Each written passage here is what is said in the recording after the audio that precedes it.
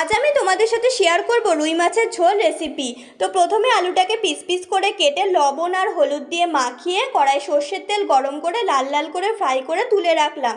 এরপরে মাছটাকেও লবণ আর হলুদ দিয়ে মাখিয়ে কড়াই লাল লাল করে ভেজে তুলে রাখলাম।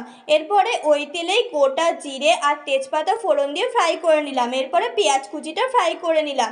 এরপরে টমেটো কুচিটাও ফ্রাই করে নিলাম। এরপরে আদা রসুন শুকনো লঙ্কা পেঁয়াজ আর জিরে বাটাটা দিয়ে কষিয়ে নিলাম। এরপরে দিয়ে দিলাম এর মধ্যে স্বাদ মতো লবণ, কাশ্মীরি লঙ্কা গুঁড়ো, হলুদ গুঁড়ো আর চিনি আর সামান্য পরিমাণ জল দিয়ে এই মশলাটাকে কষিয়ে নিলাম। এরপরে দিয়ে দিলাম ভেজে রাখা আলুগুলো দিয়ে ভালো করে কষিয়ে নিলাম। এরপর দিয়ে দিলাম পরিমাণ মতো জল, যতটুকু তোমরা ঝোল রাখতে চাও।